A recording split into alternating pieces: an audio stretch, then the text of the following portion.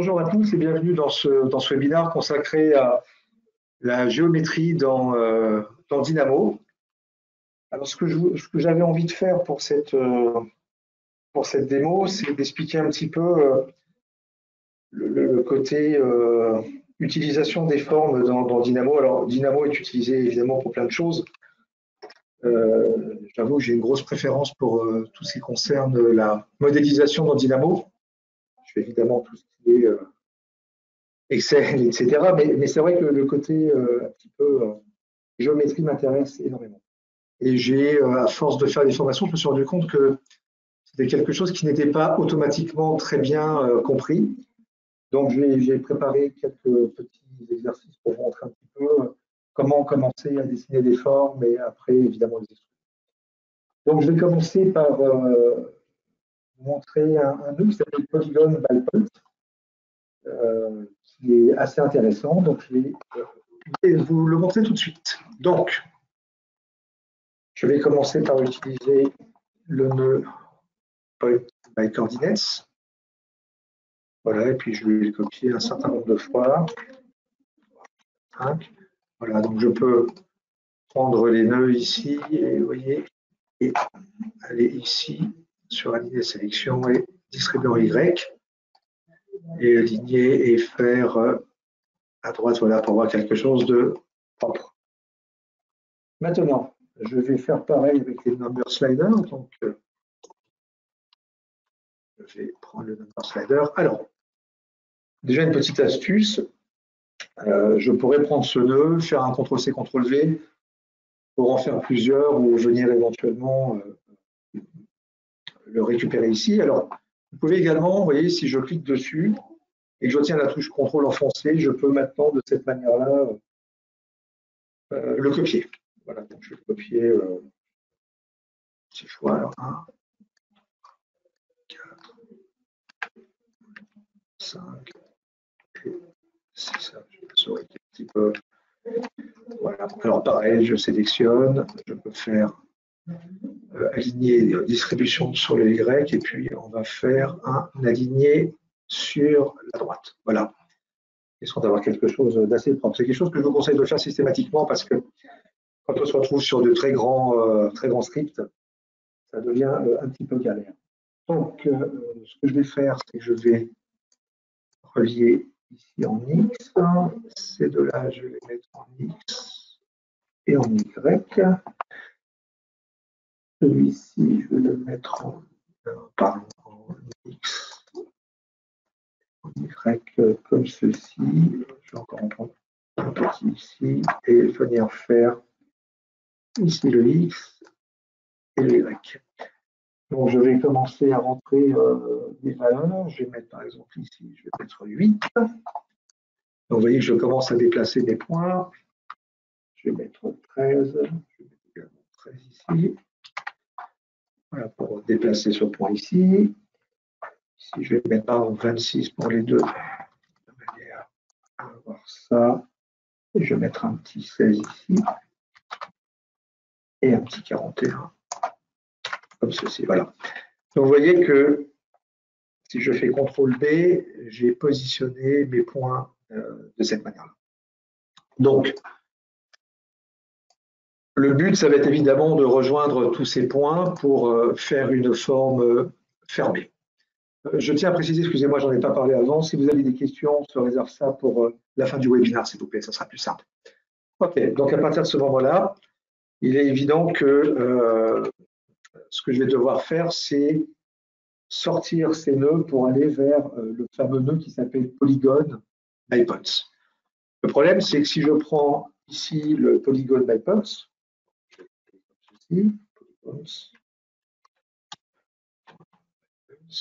alors de temps en temps, si on peut faire, vous voyez, il n'apparaît pas.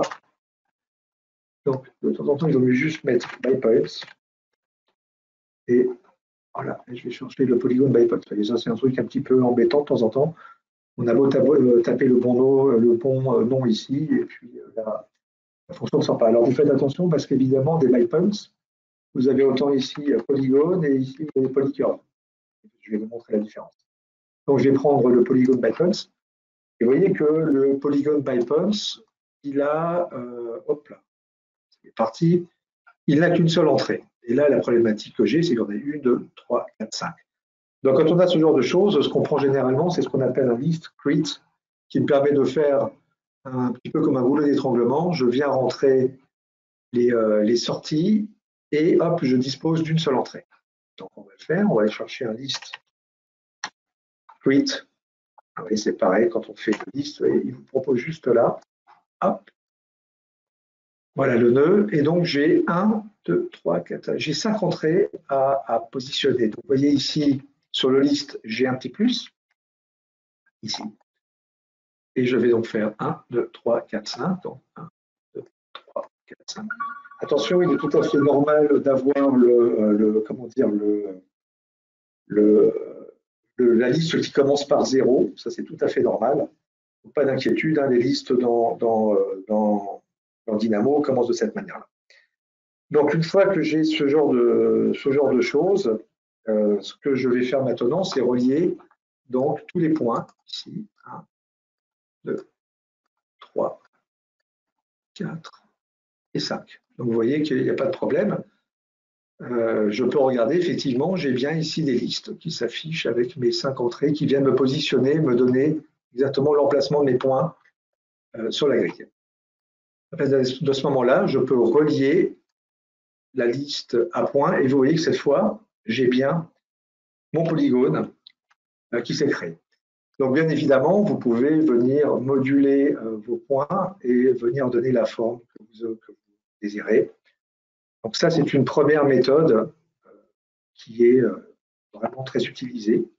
On peut vraiment, à volonté, venir faire ce genre de choses. Donc, il est sûr que si je venais décider que ça serait une entrée, je pourrais après avoir les tirettes directement dans mon player. Donc, ça, c'est vraiment quelque chose qu'il faut comprendre. Comme je vous le disais, vous avez également, je ne sais pas si vous l'avez vu tout à l'heure, on avait la polycurve by points.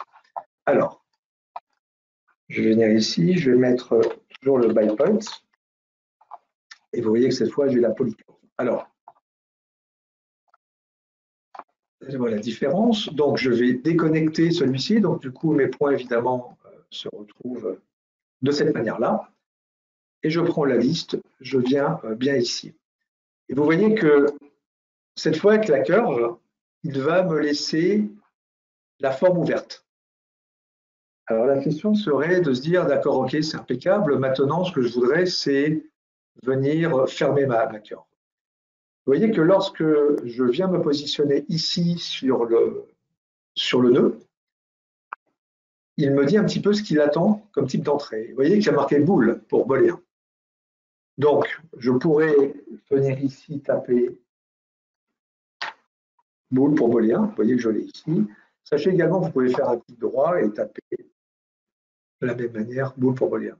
Je clique ici et je vais connecter ce nœud à Connect Last to First. Donc, connecter le dernier au premier. En fin de compte. Vous voyez que là, effectivement, rien ne se passe parce que je suis sur false. Si je me mets sur true, bien évidemment, à partir de ce moment-là, la forme vient se fermer. Donc ça, c'est encore une autre possibilité que nous avons de faire ce genre de choses. Alors évidemment, si je fais solide, je viens regarder un petit peu ce qui se passe by loft. On va prendre celui-ci. Vous voyez que là, effectivement, quand je veux faire ce genre de choses, c'est un petit peu plus embêtant. Il ne veut pas m'extruder. Je vous montrerai tout à l'heure comment on va extruder, parce que là, je ne me retrouve pas sur la possibilité de faire solide. Donc voilà une première approche de ce que nous pouvons faire avec ces deux nœuds, le polygone by points et le polycurve by point.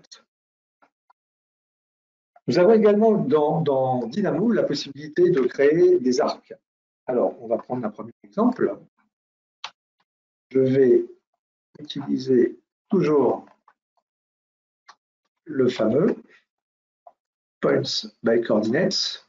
Alors, je tiens à préciser que comme je vais en laisser un au 0, 0, 0, il y a également un nœud qui pourrait remplacer celui-ci. s'appelle origine. Vous voyez, si je viens supprimer cela, lui, par défaut, viendra toujours se mettre à 0, 0, 0. C'est exactement la même chose si je viens mettre un point by coordinates.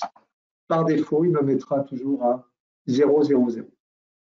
Voilà. C'est une question d'habitude, mais voilà. Donc, je vais faire ceci. Voilà. Et de la même manière, je sélectionne, je fais. Alors, je peux faire distribuer Y, vous voyez, pour qu'il me donne exactement la même distance entre mes nœuds. Et mes nœuds sont toujours, vous voyez, ils sont toujours sélectionnés.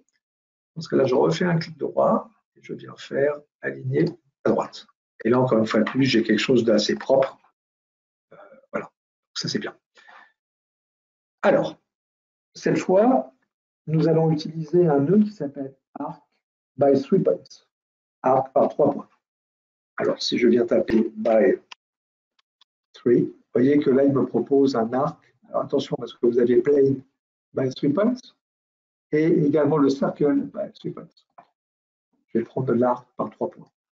Voilà. Alors là, ce qui est bien, c'est contrairement à ce que je vous ai montré tout à l'heure, cette fois, il y a bien 3 entrées. Ça tombe bien puisque j'ai de toute façon, je vais avoir 3 sorties. Donc, vous doutez bien que autant ce point-là, je peux le laisser figé. Les 2 autres points, il va falloir que je les crée. Donc, je vais encore de la même manière faire un clic droit et venir taper number pour number slider. Voilà. Et puis, hop, je clique dessus, contrôle, je viens doubler, je clique dessus, contrôle, je viens doubler. Voilà. Je vais donc ici relier celui-ci sur X pour déplacer ce point-là. Voilà. Et puis, pour les autres, je vais faire une entrée comme ceci, par exemple. Et on va faire quelque chose à peu près comme ça. Voilà.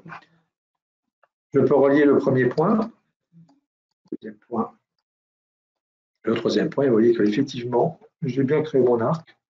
Donc, encore une fois de plus, je peux venir jouer avec mes points pour bouger. Voilà, c'est normal qu'il ne bougera pas trop celui-ci, vu la courbe que j'ai.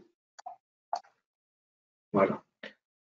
Donc, voilà un autre exemple. Ah oui, puisque c'est celui-ci le premier. Voilà. Voilà un autre exemple de ce que l'on peut faire pour avoir des arcs. Donc, vous voyez que là, par contre, l'arc bouge en fonction du point que j'ai positionné. Je dis ça parce que tout à l'heure, vous allez voir qu'on peut également magnétiser les points. Donc ça, c'est vraiment très, très intéressant d'avoir ce genre de choses. Donc vous voyez que, encore une fois de plus, Dynamo nous permet de faire ce genre de choses assez facilement, ce qui peut nous permettre après de venir faire des extrusions. Donc effectivement, comme je vous l'ai dit, on peut avoir ce type d'arc, mais on peut, alors ce type d'arc, comme je le répète, c'est le point, enfin ce sont les points plutôt qui vont venir créer la forme. Par contre, on pourrait créer une espèce de NURBS qui serait attirée par des points qui seraient en dehors. Alors, je vais vous montrer ça. Donc ça, c'est vraiment un nœud, hein, tous les nœuds d'arc fonctionnent de cette manière-là. Donc, toujours le système de points. Alors, évidemment, quand on fait la géométrie, on se retrouve à travailler quasiment avec les mêmes types de nœuds. 2, 3, 4, 5. Voilà.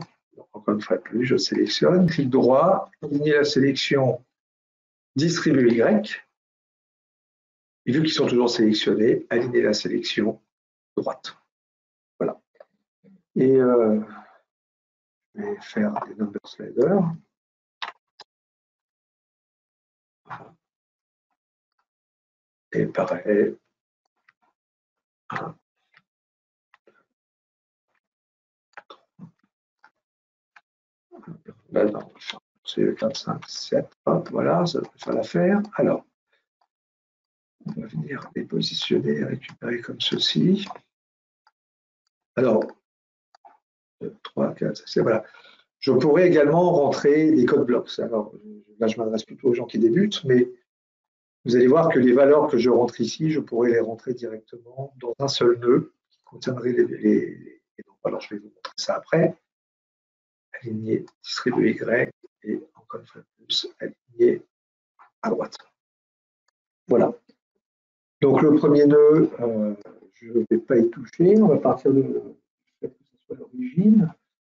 Ici, je vais relier les deux comme ceci. Alors je vais d'abord les relier en avance et puis après, je vous montrerai les chiffres. Voilà, aussi. Hop là. Et puis ça va changer un petit peu. On va le faire de cette manière-là. Voilà. Donc je vais commencer à rentrer des valeurs. Je vais mettre par exemple 11, c'est pas très important. Je vais mettre 3. Ici je vais mettre 41 par exemple. Ici je vais mettre 20. Ici je vais mettre 30. On va essayer de balancer un petit peu des points un peu partout.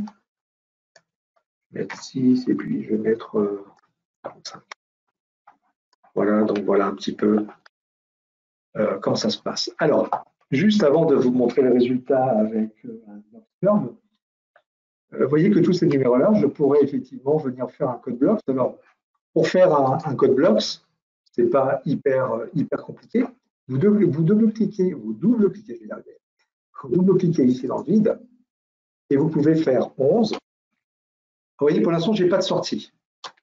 Je fais un point virgule, je vais rentrer le chiffre 3, point virgule, 41, point virgule, 20, point virgule, 30, point virgule, 6, point virgule, 45. Et quand je clique dans le vide, vous voyez que ceci correspond en réalité à cela.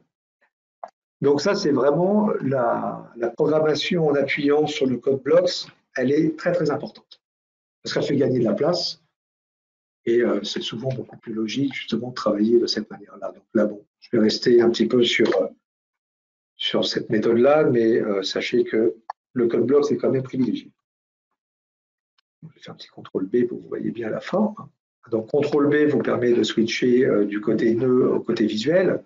Et en enfonçant le clic droit de la souris, je peux venir manipuler de cette manière-là. CTRL B et je reviens là. C'est exactement ce que vous avez ici. C'est la même chose. À partir de là, nous allons utiliser un North Curve. Donc, je vais aller chercher by Control Points cette fois. Alors, by Control Points, et vous voyez, j'ai bien North Curve. Je viens ici. Alors là, une fois de plus, vous voyez que ce nœud, il n'a qu'une seule entrée. Donc ici, j'en ai 1, 2, 3, 4, 5. J'ai 5 choses à venir positionner. Donc je vais faire un list create. Create ici, voilà. Et je viens faire 1, 2, 3, 4, 5. 1, 2, 3, 4, 5. Et je viens me connecter ici. Mes points, comme d'habitude. Et je viens le envoyer ici. Et vous voyez que cette fois, c'est vraiment la différence entre ce que je vous ai montré tout à l'heure et celui-ci. C'est que cette fois, vous voyez que, hormis le point de début et le point de fin, la NURBS est en dehors des autres points. Ce qui veut dire qu'en réalité, les autres points vont attirer cette courbe. C'est un petit peu l'équivalent. On a dans certains logiciels comme Illustrator, par exemple, qui sont plus des logiciels évidemment de mise en page et de traitement d'image, enfin bref, on a un petit peu ce système-là.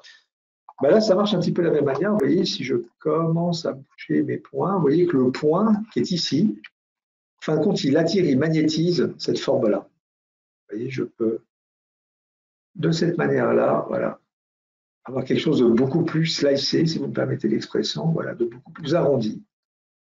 Et c'est donc quelque chose que l'on peut faire, évidemment, avec tous les points. Donc ça, c'est vraiment quelque chose de très important. Sachez-le donc, par rapport à celle que je vous ai montrée tout à l'heure, par exemple aux arcs, vous voyez que by Control Points, le North Curve, lui, va venir attirer ce genre de choses. En ce qui concerne les formes géométriques, toujours bien évidemment, alors ça peut paraître très bête, mais comment réaliser un carré, toujours avec la forme que je vous ai montrée tout à l'heure, c'est-à-dire le polygone by curve. Donc ce que je vais vous montrer, c'est comment créer une forme et comment pouvoir déplacer une forme avec Dynamo. Évidemment, quand vous allez travailler par rapport à une maquette, il y a des possibilités. D'ailleurs, je préparais un webinaire là-dessus qui permettra de montrer comment positionner correctement des bardages ou autres devant une façade. Mais là, on va imaginer qu'on a un objet et on veut pouvoir le déplacer ou éventuellement le tourner via Dynamo. Donc, toujours les fameux deux que nous avons l'habitude de voir maintenant. Je vais prendre 4. Voilà, hop. Excusez-moi, j'ai un petit peu plus vite pour qu'on ait le temps de voir plusieurs choses. Hein. Encore une fois, ça est aligné à droite. Voilà. Et je vais reprendre mes number sliders. Donc, je répète, je vous l'ai montré. On peut très bien partir avec des code blocks. Mais là, on va faire ça simple. 4. Je sélectionne encore une fois de plus. Aligner la sélection comme ceci et aligner sur la droite. Hop. Voilà. Donc, ce que je vais faire, c'est que le premier, je ne sais pas si j'avais besoin d'en faire autant, je vais le mettre ici. Alors, évidemment, par défaut, vous regardez, vous avez déjà un point qui est à 0, 0, 0. Celui-ci, je vais le mettre à 10. Vous voyez que je déplace, hop, sur le X, cette première valeur. Ici, en fin de compte, je n'ai pas besoin d'en avoir autant. Sur le Y, je vais également me déplacer à 10. Et après, ce que je vais faire sur celui-ci, je vais le mettre à 10, mais sur le X et sur le Y. Voilà la manière intéressante de ce que je peux faire. Et maintenant, encore une fois de plus, ce qui m'intéresserait, c'est de relier les points entre eux.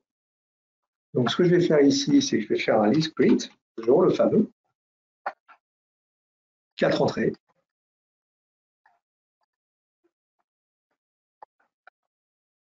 Voilà. Et là, je vais utiliser mon fameux, on l'a vu tout à l'heure, le polygon by points.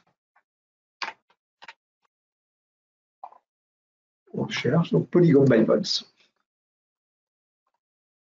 Alors, quand il vous fait ce genre de choses, ça veut tout simplement dire qu'au niveau des nœuds, on doit intervertir 2 nœuds. Donc, on va intervertir celui-ci et celui-ci. Et vous voyez que là, il n'y a aucun problème. Alors, ça, c'est une question d'habitude. Hein. Vous voyez, je n'ai même pas eu besoin de réfléchir. Voilà une astuce. Alors, évidemment, si je viens regarder au niveau de mes listes, ben, on voit bien que toutes mes listes correspondent exactement à ce que j'ai ici. Et je positionne les points. Souvent, j'ai vu des gens relier les points avec des line by start and endpoint. Bon, ben là, c'est quand même beaucoup plus rapide. Ça m'évite de me prendre la tête et de réfléchir et de me dire, oh là là, comment est-ce que je vais faire ce genre de choses? Alors, ce qui m'intéresserait maintenant, c'est de voir un petit peu comment je pourrais déplacer cet objet, ce carré. Alors, si je viens sur Translate, alors en regardant bien, vous avez un nœud qui s'appelle géométrie. Alors, lui, il a X, Y, Z, donc c'est pour le déplacer sur les 3 axes. Et là, par contre, c'est uniquement sur la direction. Donc, je vais prendre celui-ci.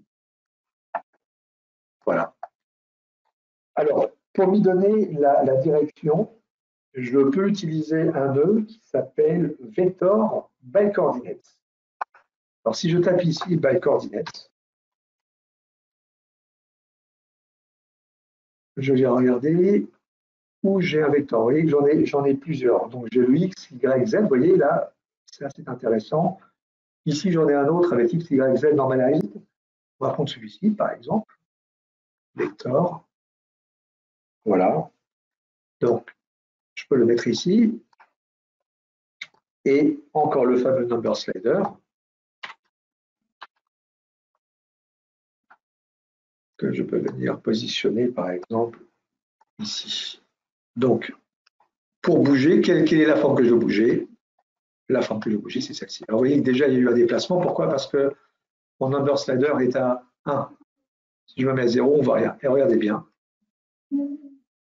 J'aurais bien déplacé ma forme. Alors, vous allez me dire, oui, mais attends. Tu déplaces? Non, tu as fait une copie. Alors, en réalité, dans Dynamo, ça marche pas. Ce qu'il faut, c'est en réalité que je masque le premier. Si je viens ici, je fais un clic droit et que je viens supprimer l'aperçu, vous voyez que cette fois, la forme disparaît. Là, le problème, si j'enlève le split, vous voyez que mes points restent actifs. Pourquoi? Parce que il faudrait éventuellement que je vienne les masquer encore. Donc, ce que vous devez savoir, c'est que la forme qui relie, c'est-à-dire le polygone by point, vous faites un clic droit et vous venez enlever l'aperçu. Et vous voyez que sans aucun problème, je peux venir faire ce genre de choses. Je pourrais également le relier de cette manière-là. Ou alors, venir encore plus faire ce genre de choses. Donc voilà un premier exemple de la manière dont on pourrait déplacer un élément, donc avec le géométrie.translate. Ça, c'est vraiment des choses qu'il va falloir correctement maîtriser parce que souvent, on doit un petit peu ajuster nos éléments. Donc, il existe des rotates. Voilà, vous avez tout ce qui concerne les rotations. Ça marche exactement de la même manière. Voilà. Donc, ça, c'est voilà. Quand on veut commencer à bien maîtriser tout ce qui est forme géométrique, ça, c'est quelque chose qui est très, très important. Vous avez également la possibilité de faire des miroirs avec Dynamo, où là, encore une fois de plus, vous allez dire, OK, voilà, je vais relier ma géométrie ici, et en choisissant le plan, parce que là, par contre, il faudra choisir le plan, vous aurez la possibilité de venir faire votre miroir tranquillement. Voilà en ce qui concerne ce genre de choses. Dernière chose également, c'est que vous avez le scale, le geometry scale, qui vous permet encore également lui aussi de venir faire des choses. Alors, je vais quand même vous montrer, parler de certaines choses. Alors, on va remettre ceci ici. Donc, je refais un aperçu. Et puis, au niveau du scale, on va regarder celui-ci, où il y a le X amount, le Y amount et le Z amount. Je vais prendre celui-ci. Je vais prendre un petit number slider, toujours le fameux number slider. Voilà.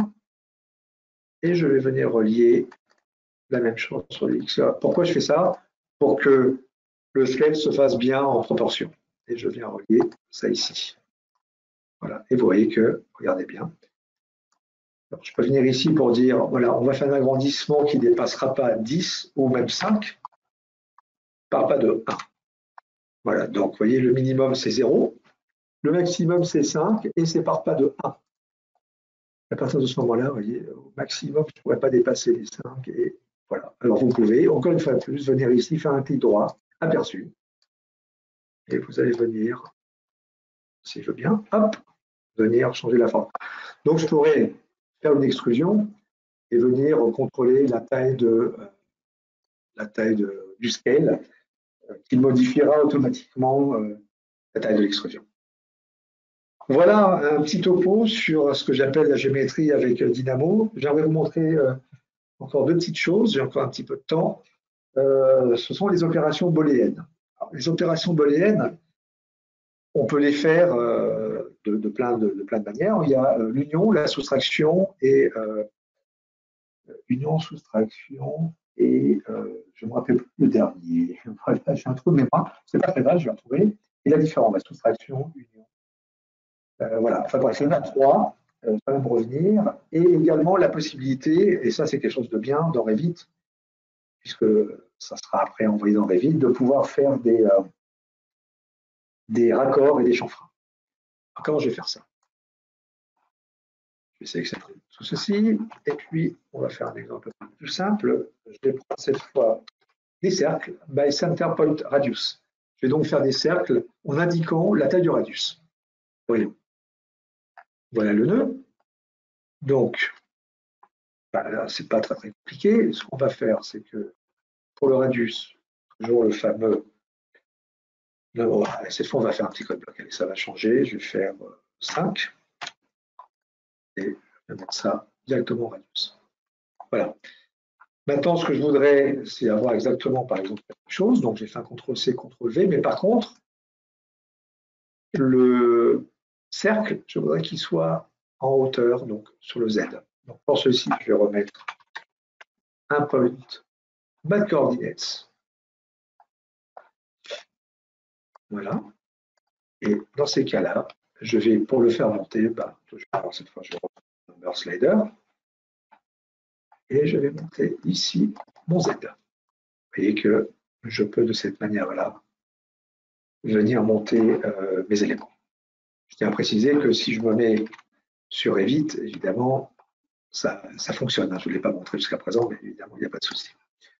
OK. À partir de ce moment-là, ce qui m'intéresserait, c'est de voir, par exemple, comment faire un solid by loft. Alors, si je prends un by loft, je prends un solid by loft, je prends un petit discrete.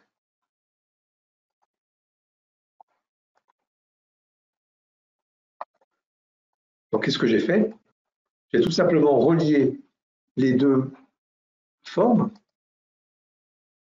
Je vais enlever l'aperçu. Vous voyez, ces deux formes. Je les ai donc mis toutes les deux dans mon list suite et mon list suite, il sort directement pour aller sur un solid by loft. Et voilà ce que j'ai. Alors, je pense que on va baisser un petit peu le Z. Voilà la forme. Donc, ce qui m'intéresserait, c'est de voir comment je pourrais réaliser un raccord, donc un arrondi au niveau de l'arête ici, avec Dynamo. Alors, ce n'est pas hyper compliqué. Je vais utiliser donc le raccord en anglais, hein, peut-être que certains s'en rappellent dans AutoCAD, c'est fillet. Et lorsque vous tapez fillet, vous voyez qu'il vous propose des arcs by fillet, etc. etc. Et puis, moi, ce qui m'intéresse, c'est un solid by fillet. Donc, je clique dessus. Et vous voyez qu'il me demande de renseigner trois choses. Quel est le solide? Alors, la forme, ça va être facile. Ça sera lui. Edge, il faut qu'il puisse reconnaître les edges, donc les arêtes. Et enfin, il faudra que je lui donne une taille de radius. Pour qu'il puisse reconnaître les edges, je vais rentrer un truc qui s'appelle topology, en anglais, .edge. Vous voyez, je vais taper edges. Et je vais regarder si je le trouve. Alors, si je ne le trouve pas, c'est le cas. Je vais taper topologie et voilà. Et je le trouve ici. Voilà. Topology by edge. Et enfin, pour le radius, je préparerai un petit code bloc où je vais mettre un radius. Voilà. Alors, comment je connecte ces deux-là? Le solide va bien dans solide. Le solide va ici dans topologie qui retourne les edges de manière à ce que, comme il s'appelle, Dynamo reconnaisse bien ça. Et ici, je viens positionner comme ceci. Alors, vous allez me dire, c'est bien, ça marche pas ton truc. Et pourtant, quand je viens ici, vous voyez, il se passe quelque chose de bizarre. On voit qu'il y a deux éléments. Il y en a un qui est bleuté et il y en a un qui est grisé. Tout simplement, ce que je dois faire, c'est qu'au niveau du solide, by loft, j'enlève l'aperçu et vous voyez que, regardez bien, il n'y a aucun souci. Hop, je vais faire un CTRL V, c'était pas ça. Et vous voyez que j'ai bien arrondi ma forme. Ici, on le voit bien. Et si je viens dans Revit, alors évidemment, je ne l'ai pas importé réellement dans Revit, mais vous voyez que je pourrais donner cette forme arrondie. Donc, je pourrais venir augmenter la taille du raccord jusqu'à un certain point. Vous voyez, 5, il ne va pas accepter. Je pense que 3, ça doit passer. Voilà. Voilà une autre possibilité de ce que l'on peut faire encore assez facilement avec Dynamo et réinjecter dans Revit. Dernière petite chose, ce qu'on peut faire en solide, et d'ailleurs, j'en profite, je reviens. Les trois opérations booléennes, c'est union, soustraction et intersection. Voilà, je vais bien être complet. La dernière chose que nous allons voir, c'est avec le chanfrein. Donc, chanfrein en anglais, c'est chamfer. Je viens sur chamfer, vous avez ici le solid. C'est-à-dire qu'au lieu de faire un arrondi, nous allons faire ici un biseau. Je viens ici. Alors, hop, je clique sur chamfer. Voilà. Et vous voyez qu'il attend exactement les mêmes choses. Donc, je vais déconnecter ce deux. Ça, je vais l'enlever. Donc, solide, il va aller dans solide. Edge, il va aller dans edge. Et lui, va aller ici. Et vous voyez que, encore une fois de plus, dans Dynamo, j'ai pu faire correctement ce genre de choses. Par contre, ce qui est important, c'est penser évidemment à enlever le solid by loft. Si vous laissez le solid by loft, vous voyez que on a, d'ailleurs, c'est même combat dans Revit, voilà ce que l'on voit. Si je masque ceci, dans ces cas-là, voilà ce que j'obtiens. C'est très important de bien comprendre ça. Encore une fois de plus, si je viens ici, je ne le vois pas dans Revit tout simplement parce que je n'ai pas fait un apport point by géométrie. Je ne l'ai pas validé à l'intérieur de Revit. Voilà un petit peu pour clôturer cette petite démo sur la géométrie avec Dynamo. Donc sachez vraiment qu'au niveau des formes, on peut tout faire. C'est beaucoup plus facile de le gérer par Dynamo. Ça ne fait pas des scripts qui sont automatiquement très très gros. Et vous voyez qu'on peut quand même malgré tout venir préparer des choses qui vont permettre de gagner un maximum de temps dans ma modélisation. L'important avec Dynamo, c'est vraiment de s'entraîner. La plus grosse problématique, enfin en tout cas de ce que j'entends avec les gens que je forme en général sur Dynamo, c'est très pratique. Mais la grosse problématique, c'est de se rappeler des nœuds. Alors évidemment, il faut faire travailler un petit peu la mémoire.